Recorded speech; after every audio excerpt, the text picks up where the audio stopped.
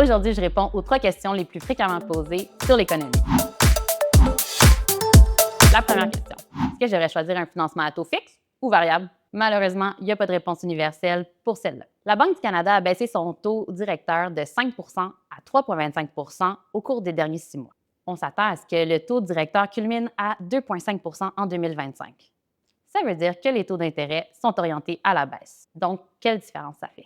Un taux variable, en fait, va bénéficier de chacune des baisses de taux futures faites par la Banque du Canada instantanément. Un taux fixe va aussi diminuer, mais moins rapidement. Quand vient le temps de choisir votre financement à taux fixe ou variable, il y a plusieurs facteurs qui doivent être considérés et pas seulement la tendance que prennent les taux d'intérêt. La décision dépendra entre autres de l'horizon de financement, de la structure de votre prêt, des revenus anticipés, de votre capacité à payer et évidemment de votre appétit pour le risque. N'hésitez pas à avoir ces conversations-là avec votre partenaire financier. La deuxième question, est-ce que le dollar canadien va continuer à descendre? Donc, le dollar canadien s'échangeait à 75 sous américains il y a à peine un an.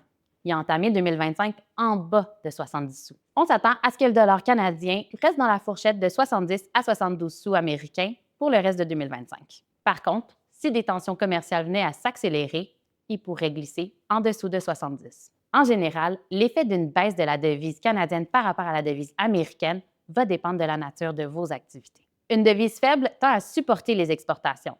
Si au contraire, vous importez de la machinerie et des intrants, eh bien, la faible devise pourrait avoir un impact sur les coûts d'opération qui pourraient remonter dans les prochains mois. Gardez un œil sur vos ratios. La troisième question, à quoi s'attendre du marché du travail? Le taux de chômage canadien a atteint 6,7 en décembre 2024. Par contre, avec le ralentissement de l'immigration conjugué au départ à la retraite des baby-boomers, ça devrait freiner la hausse du taux de chômage pour 2025.